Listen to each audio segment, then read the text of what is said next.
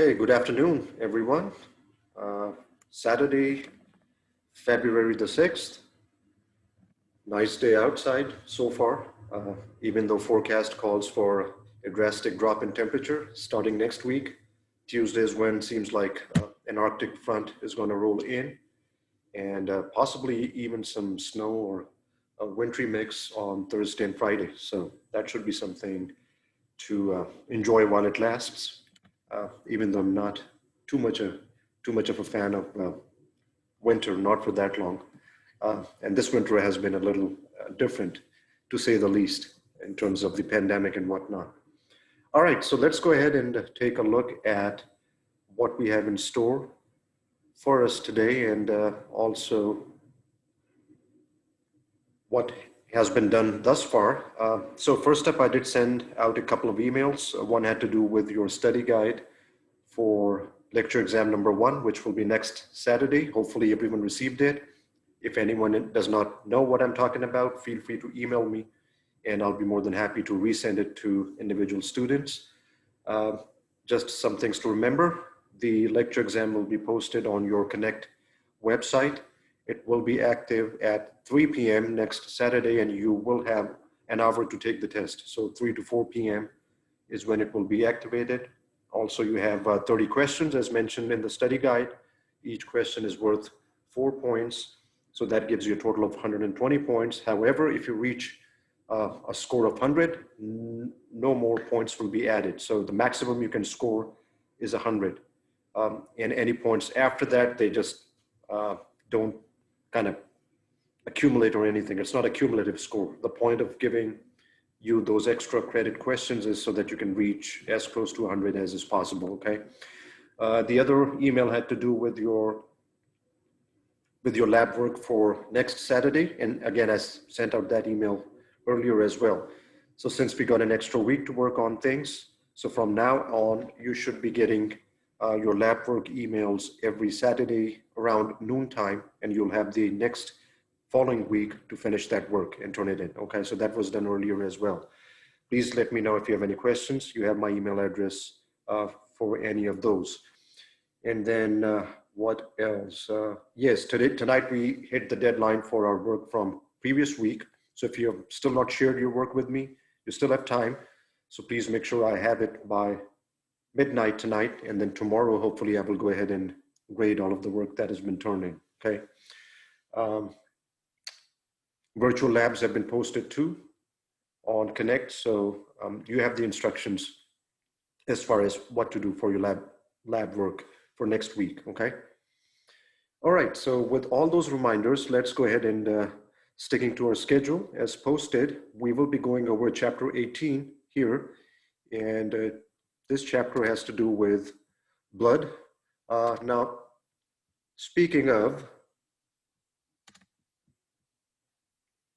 all right, so when you talk about blood, the thing that is quite a surprise to a lot of people is to realize that blood actually is considered a tissue, right? Because when we say the word tissue, which basically is a collection of cells which are similar in size and shape and function somewhat, we tend to think of solid entities, right? Like muscle tissue or nervous tissue or adipose, fat tissue, right? Not many of us tend to think of liquids or fluid stuff as tissue, but that's exactly what it is. Blood is a liquid type of tissue, and it basically arises from a primary germ layer called the mesoderm, okay? So what I mean by that is when we were embryos, right? And an embryo is, of course, a developing human, okay? Past the first 2 weeks of conception, we basically have 3 germ layers, okay?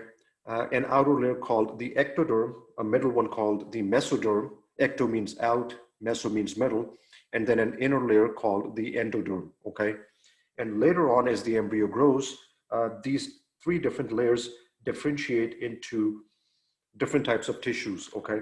So as a general rule, let's see, today is the 6th. All right. Yes, The ectoderm, since ecto means outside, so it turns into your outside structures, right? So what would those be? Well, your skin, first and foremost, outside, right? Skin and also the associated structures with the skin, which would be your sweat glands, also called sudoriferous glands, your oil glands, which are also called sebaceous glands, hair follicles, and nerve endings. All of them develop from your ectoderm, okay? As does your brain and spinal cord, which would be your central nervous system. That is also an outgrowth of your ectoderm, as is the lens of the eye, the enamel of the teeth, okay, and the adrenal medulla. So these are some of the structures that come out of the ectoderm. So then mesoderm, which is the middle layer, that differentiates into your middle structures. So what are the middle structures? Well, if you cut through the skin, what do you find right underneath? Fat, adipose, that's mesoderm, okay? What else? Muscle comes from mesoderm, the middle tissue. What else? Blood, okay? Blood fills up the space just underneath the skin. So that also comes out of mesoderm, okay? Bones, mesoderm. And then you get to the innermost layer, which is the endoderm. So, and that gives rise to your innermost organs, which would be what? Your digestive organs, as an example, the lining of your stomach, your intestines, all of that is a an outgrowth of your endoderm, okay? So also quickly taking notes here. So that's the origin of blood, okay? It comes from the mesoderm layer of your embryonic tissue. And so where is blood made, okay? Well, when you're an embryo, the blood is actually synthesized first in your embryonic liver and spleen, okay? So those are the two organs which are your very original, primitive, primordial blood-forming organs, okay? But then you start to form bones. So about like 6 months of pregnancy, your bones are relatively well formed, okay? Not all of them, they're still developing.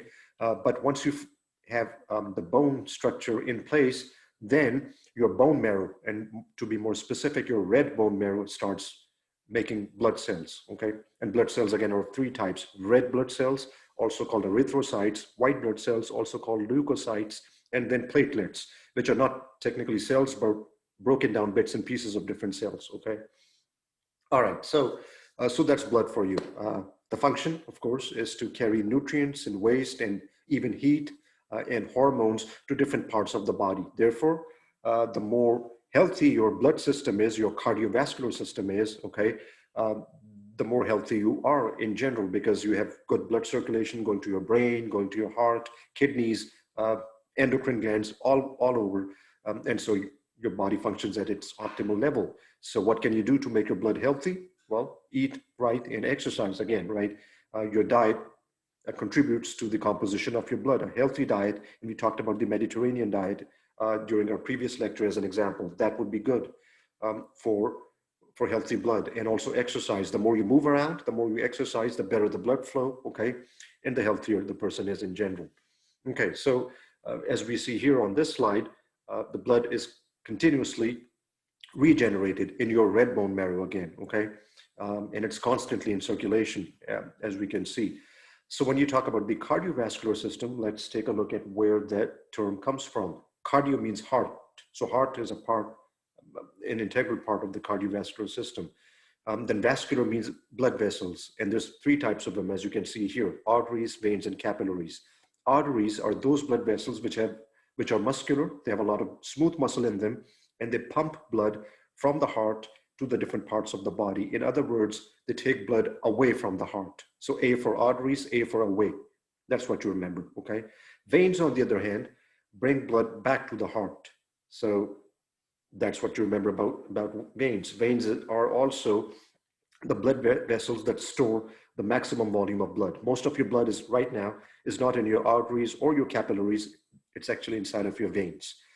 And then capillaries are these little tiny fine blood vessels that are so thick, so thin and fragile that they're only a single cell thick. So they are the perfect exchange blood vessels. So you exchange nutrients and gases across your capillaries, the exchange vessels, okay? So this is what blood is basically made up of. So one thing to remember about blood is 45% of blood is made up of what are called the formed or cellular elements, okay? Formed or cellular elements. 55% remaining of your blood is made up of the so-called unformed elements, or simply plasma, which is liquid. The liquid part of blood is called plasma, okay?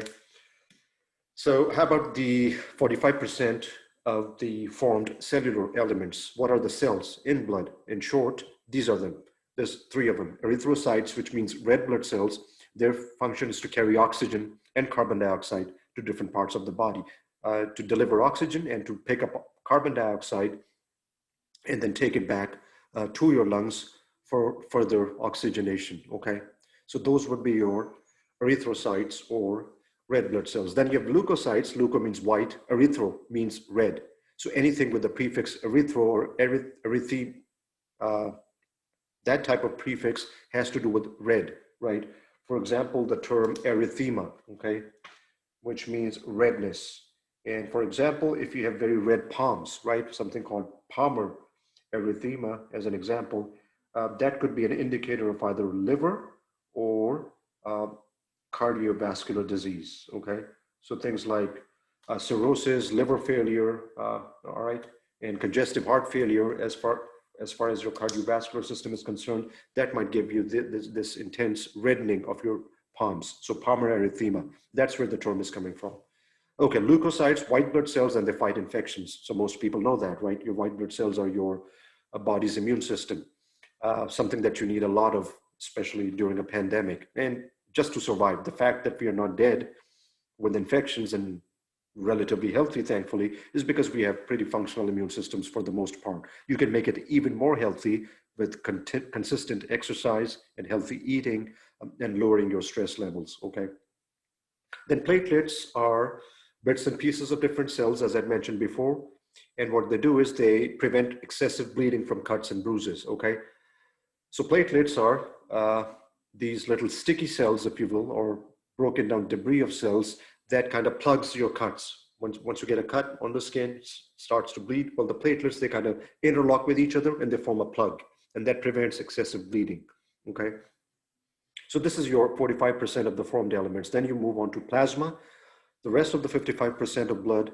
And what plasma is, mostly it's water. 92% of plasma is water. The other 8% is dissolved proteins and other solutes like salts, different types of them, hormones, waste, and all of that stuff, okay? All right, so let's talk about the physiology or the function of blood, okay? And as far as that is concerned, we are looking at things like transportation. So what does the blood transport? Your blood cells are transported with blood. What else? Water is taken to different parts of the body with your blood. What else? Hormones. Remember, endocrine glands directly pump their hormones into your bloodstream. So the blood carries your hormones to different parts of the body. Blood also warms you up. We are warm-blooded creatures, unlike fish and amphibians and reptiles, right? Which are cold-blooded, which means that we are able to maintain our body temperature at a constant 98.6 degrees Fahrenheit on an average, right? So blood also carries heat to different parts of the body. Protection. So how does the blood protect us? Of course, it carries white blood cells with it, and white blood cells fight infections. We just mentioned that, right? So our immune system is also a function of blood. Then body temperature, we already talked about that, okay? So, and that's why you don't overheat when it's excessively hot outside, or you don't freeze, because the blood is kind of buffering these temperature changes. It keeps you at that consistent 98.6 degrees Fahrenheit level. The blood also controls your body pH. What is pH? The concentration of hydrogen ions in your bloodstream. In other words, the more hydrogen ions that you have in your blood, the more acidic you are, the more acid is in your system. The lower your pH, the less acid and the more base or alkaline your blood is, okay? So what is your normal body pH? Anywhere from 7.35 to 7.45, so about neutral, okay? pH is measured from 0 to 14 on a pH scale. The midpoint of 0 to 14 is 7. So 7 is the neutral pH of water, pure water as an example. So your body tends to stay at that midpoint, 7, okay? It's slightly alkaline, more basic, like 7.35 to 7.45. And that's where you want to keep it. So your blood ensures that that's where it is and it doesn't deviate too much from there, okay? The blood has certain substances that buffer out any changes. They're called buffers, chemical buffers, as you see here. There's three of those buffers, basically. One of them is bicarbonate ion, HCO3 negative. The other one are the proteins in your blood, plasma proteins. They buffer these pH changes. And finally, phosphates. They buffer out your body pH levels as well, okay? And then your blood also maintains your fluid balance. So what does that mean? So you can literally have something like too much blood in your system, okay? So what type of people have that? People with things like something called polycythemia that we're gonna look at shortly here, okay? So polycythemia is an overflow or an excess of red blood cells in your system, okay? So your blood literally becomes more thick. They say blood is thicker than water. Well, it's even more so for these people who suffer from polycythemia, okay? And so that would be an example of having too much blood. Or if you're retaining too much water in your system, that will give you too much fluid, right?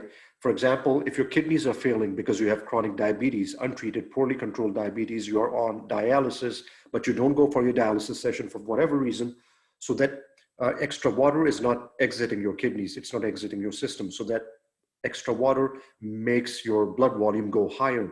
So where does this extra water go? It puts a lot of strain on your heart, and then you will go into congestive heart failure, or CHF. That's what too much fluid does to you. So what is the treatment then for congestive heart failure? You give these patients diuretics. Diuretics are those medications, drugs that make you pee, that make you urinate more, so that you can get rid of that extra fluid. Too much fluid can also get into your lungs, and then you develop something called pulmonary edema, lungs filled up with fluid, right? And so again, you need diuretics, drugs to get rid of this extra fluid. That's what the fluid balance is all about, okay? On the other hand, if you suffer serious third-degree burns to your skin, then you're dehydrated, right? So what does the skin do? Skin keeps the water in, right? Skin is waterproof. But with third-degree burns, you lose large swaths of your skin. And so when that happens, you have two main threats to your life at that point. Number one, infections. No more skin means all these pathogens, bacteria, viruses, they can attack your systems and make you sick. So you need antibiotic control at that point. The other thing, the skin is waterproof. Now that you have lost this waterproof covering, so this water is evaporating to the outside, you are dehydrated. So how do you manage burn patients? You, first of all, third-degree burns classically are not painful because the burn is so severe that even your sensory nerves have been burned off. So you don't feel anything. But in some cases, there's like a mixture of second-degree and third-degree burns in firefighters and people who are, in those kinds of professions. So then it could be very painful. So pain control is what you have to provide to these patients, strong pain control, even using narcotics, right? Morphine derivatives. And then you have to keep them hydrated. So you have to start like a 0.9% normal saline drip to keep them fluid filled, all right? So they don't get dehydrated. So let's call this third-degree burn management. Third-degree burn patient management is what we're talking about here, okay? And then you have to apply a gauze, like a big, thick cotton covering, right? Which is coated with a broad spectrum antibiotic so that you don't get infected, all right? And that's why you might see these burn patients are wrapped up like almost in a mummy-like fashion. So that's what you're trying to do, prevent infection and prevent dehydration, okay? So the color of blood, as you can see here, depends on what type of blood you're dealing with. For example, if it's fresh oxygenated blood loaded with oxygen, which is found in your arteries primarily, it's a bright red color, a crimson color. That's typically what most people think of, okay? However, if this blood has lost most of its oxygen to your tissues and it's in your veins now, your venous blood, it's much darker, okay? It's never blue in color, first of all. That's a common fallacy, okay? Human blood is never blue in color. It ranges from bright red crimson color to like dark, almost maroonish color if it's like deoxygenated in your veins. Somehow, and I've heard this being taught in schools and different grade levels in middle school, high school, This fallacy that blood is actually blue in color, it only turns red when it comes in contact with oxygen, such as when someone gets a cut or something. It's completely a false statement, okay? I don't know who started this, but human blood is based on a pigment called hemoglobin, as we shall see. Heme is an iron-containing pigment. Iron salts, if you've done your basic chemistry, are red in color, right? There are some creatures that do have blue blood, such as horseshoe crabs. So if you're a horseshoe crab listening to my lecture here, then my respects to you. And then certainly you have blue blood at that point, and you have blue blood because for them, the oxygen carrying pigment is not hemoglobin, but something called cuproglobin from copper. So their so-called hemoglobin is not iron-based, it's not heme, it's copper-based. Copper salts, again, if you've done your chemistry experiments, are blue in color, okay? So for horseshoe crabs, yes, blood is blue, not for humans, okay? So the average volume of blood in a healthy individual is about 5 liters. Males have slightly more hematocrit, which means blood components, blood volume, than females, because on average, males have more body mass as compared to an average female. So because of that, all right? But this can change significantly. For example, if you're blood doping, if you're an athlete and you're taking steroids and stuff, your blood would be much thicker than someone who's not, as an example, all right? Viscosity, that means thickness. So the blood is on average about 4 to 5 times thicker than water, okay? But this can increase and decrease again, as I mentioned. So for example, someone who's blood doping, a professional athlete, or someone who's trying to get this unfair advantage in an athletic event and taking stuff like testosterone derivatives, anabolic steroids, their blood becomes much thicker than normal, all right? But that comes with a price tag attached to it, right? So you might get more blood, more red blood cells to give you extra oxygen and energy, but this thick blood is also putting that much strain on your heart because your heart has to pump out this thick, gooey, honey-like consistency blood. It's eventually gonna fail. So these people who consistently do anabolic steroids often drop dead of congestive heart failure and strokes, all right? Blood clots forming in the brain or obstruction to the blood flow to the heart or kidney failure. Bodybuilders, anabolic steroid users often suffer from these complications, right? So let's call this blood doping slash anabolic steroids, right? And then congestive heart failure and stroke and kidney failure. Those are the things you're looking at here. Okay. All right. The viscosity of blood can also decrease, such as when you have too much water in your system. And this can happen, right? Something called water intoxication, such as in some of those hazing rituals where you're forced to drink too much water or alcohol. But it's kind of unusual for people to do that, right? Mostly they will throw up ever before they get to that point. However, there are certain disease conditions, like again, kidney failure, where a lot of fluid is being retained in your system. You have edema, that can make your blood more dilute, more watery than usual, okay? Or if you have a lack of what? Actually an oversecretion of ADH. Remember, ADH was your hormone from endocrine system, and overabundance of ADH, which stands for antidiuretic hormone, overabundance of ADH, that can also called watery dilute blood, leading to water intoxication, right? And what can cause an overabundance of ADH is maybe a tumor in your pituitary gland or in your hypothalamus. Those are the places from where ADH is being secreted, from the posterior pituitary, if you remember, right? And the hypothalamus makes it. So if you have an oversecretion of ADH, that is actually called something known as SIADH, which literally stands for syndrome of inappropriate ADH secretion. Inappropriate ADH secretion, too much ADH being secreted, all right? So you're retaining too much water, you swell up with water. And what is the other extreme? Where you have a lack of ADH, all right? Your pituitary has been destroyed, or you have a tumor or something there, And then you can have the other extreme where there's a complete lack of ADH and you end up peeing out too much water. So you literally dehydrate yourselves, sometimes up to 20 liters of urine per day. And that is the exact opposite. And that is something called diabetes insipidus, to be differentiated from diabetes mellitus, all right? Diabetes insipidus. All right.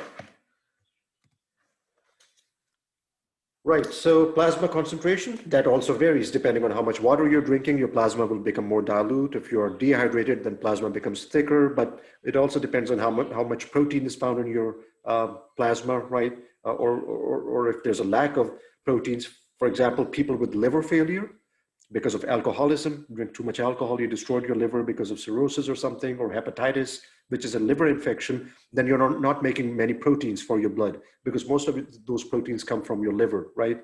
So if there's a lack of proteins in your plasma, it becomes extra watery. It starts pouring out of your blood vessels into your abdomen. And that's why with a lot of these liver failure patients, which was a healthy chunk of patients I saw during my time in the medical ICU, I saw a bunch of liver failure patients with hepatitis B, hepatitis C, alcoholic hepatitis. One thing they all had in common was this big belly, right? A lot of fluid accumulated in their belly, and that is something called ascites.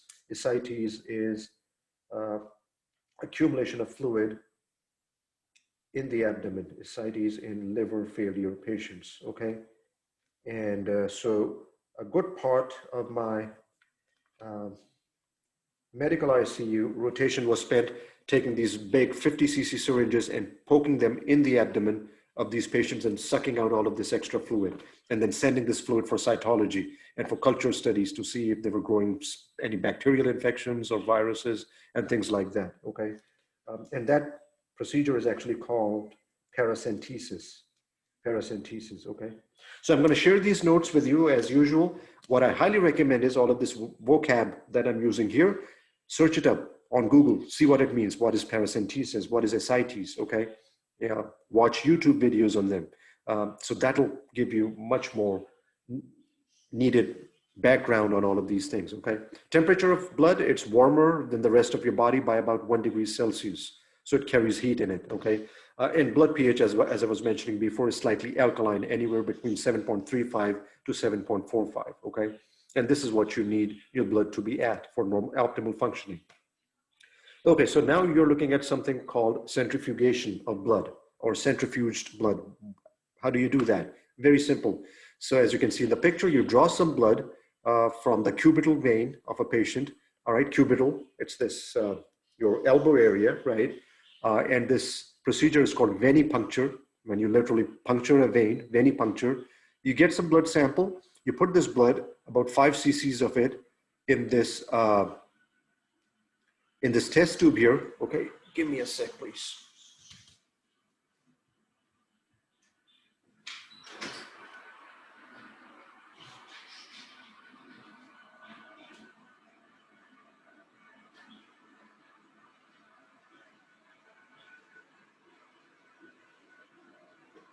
All right.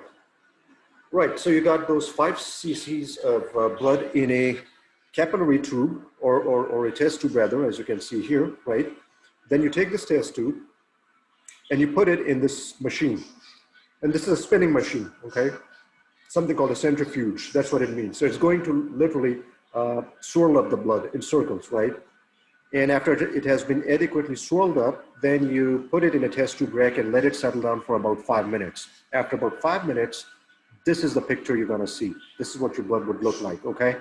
So what do you see here? You see that about 44% by volume of your blood is kind of red in color and it settles to the bottom like this. Then you get this very thin, about 1% of by concentration, by volume, of this thin white coat in the middle called the buffy coat, okay, as we shall see.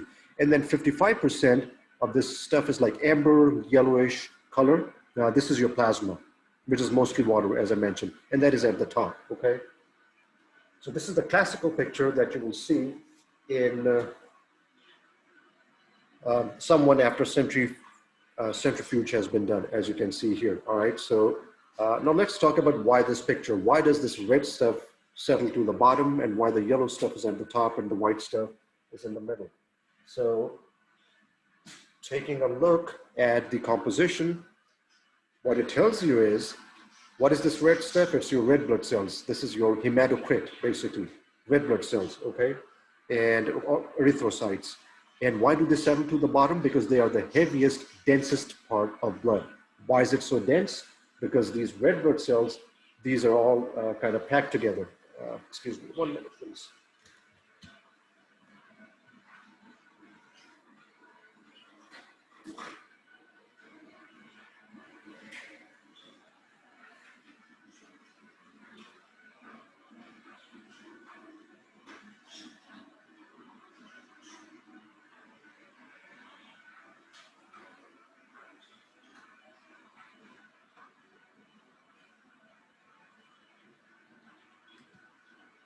All right, so here we are again. And so these red blood cells, rather, erythrocytes, they're tightly packed together and they carry a lot of oxygen in them, right? So that makes them heavy. A lot of oxygen, these clumped up red blood cells, therefore, they're the heaviest part of your blood. And so they sink to the bottom here, okay? So then what about the plasma at the top, this yellow stuff, the amber colored fluid? Plasma is light, it's mostly water with some proteins dissolved in it, some salts, hormones, waste, urea, those kinds of things. So it floats at the top. The white blood cells are what are found here in the middle, in the buffy coat, as you can see. So this is of intermediate, medium density, so it's suspended in the middle. Okay, so if you look at this table, it tells you exactly what plasma is made up of, 92% water, proteins about 7%, and these are the different types of proteins. We will talk about each type in more detail, and then other solutes like gases, waste products, and all that. Okay, how about the white blood cells? Buffy coat, that's where the white blood cells are. It's about less than 1% of whole blood, okay? So you've got platelets there, you've got white blood cells, which come in different types and varieties, like neutrophils. These are the most abundant in your blood. The most abundant common white blood cells are neutrophils, 50 to 70% by volume.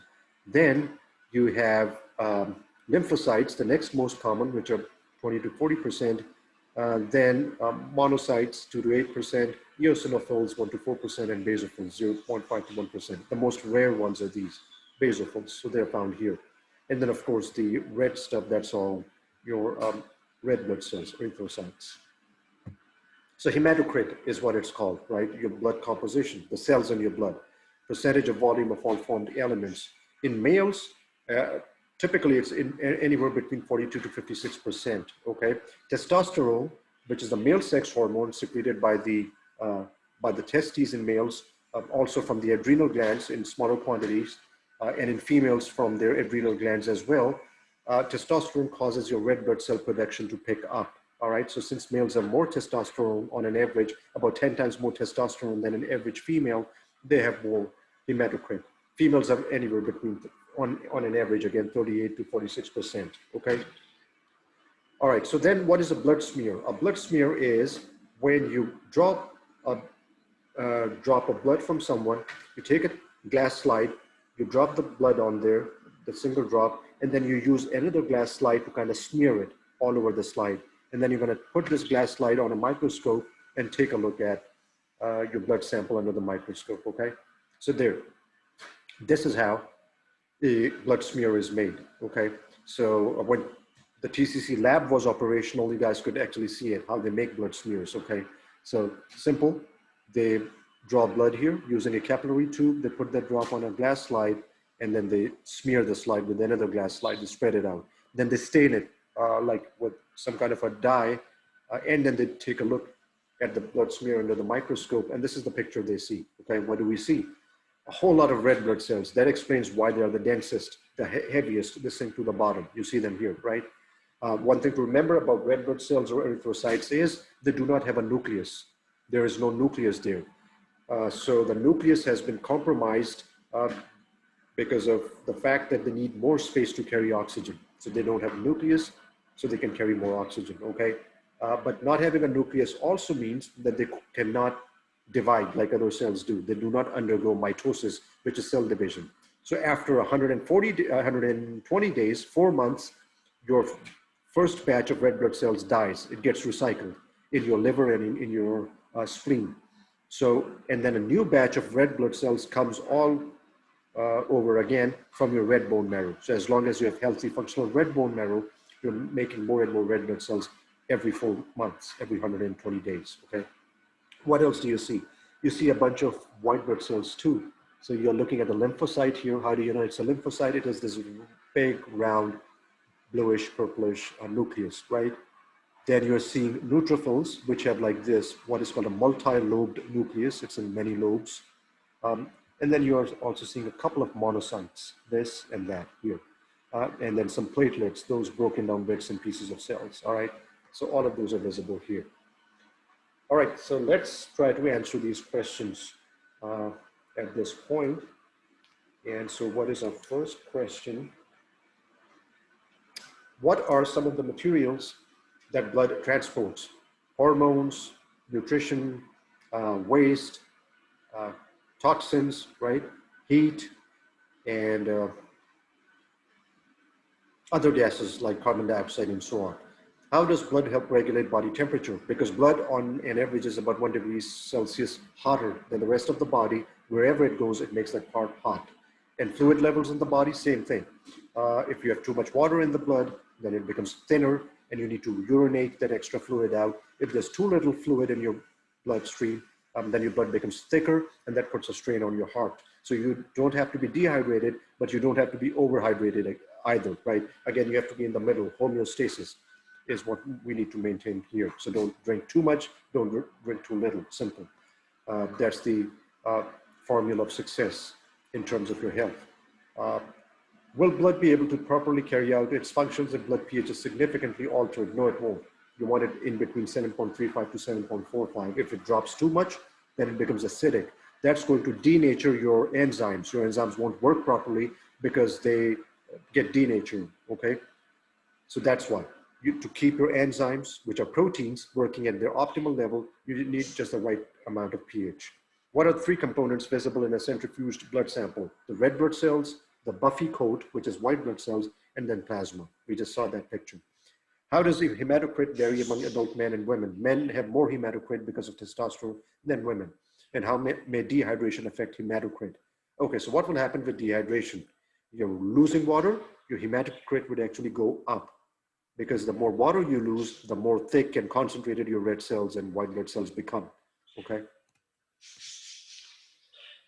All right, so let's focus on blood plasma a little bit more at this point. So as you can see, plasma is made up almost entirely of water, 92% water. So keep yourselves hydrated. 7% is plasma proteins, and then about 1% is other molecules and ions. Okay, plasma is also considered to be extracellular fluid.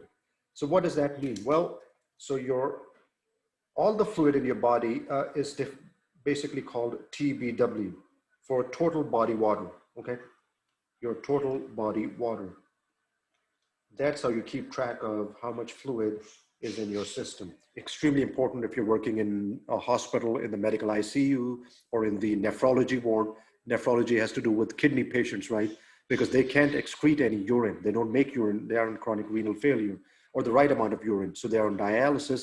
It's your job as a nurse or as a doctor to make sure that you're giving them just the right amount of fluid, not overloading them with it, or otherwise they will end up with congestive heart failure and be transported to the CCU, cardiac care unit, from nephrology unit, and not under giving them water either, because then they will be dehydrated and you will end up sending them to the medical ICU, intensive care unit, okay? So of your total body water, about 1/3 is in your extracellular compartments. It's called ECF, for extracellular fluid, okay? About 2/3 of your total body water is ICF, for intracellular fluid. 2/3 of your total body water is actually found inside of your cells. 1/3 is actually outside of the cells, okay? Now, what type of a fluid is plasma? ECF, extracellular fluid, okay? So let's see. Right. All right, so moving on from there, it's an extracellular fluid, as we can see here. So blood is also a colloid. What does that mean? Colloid is a thick, syrupy solution. And I'll give you a perfect example of a colloid. Imagine taking an egg, right? Crack open the egg, take a glass of water, drop the egg into the egg contents, the yolk and the egg white into the glass of water, and then stir it with a spoon. What do you end up with? This milky, eggy syrup thing inside of that water glass.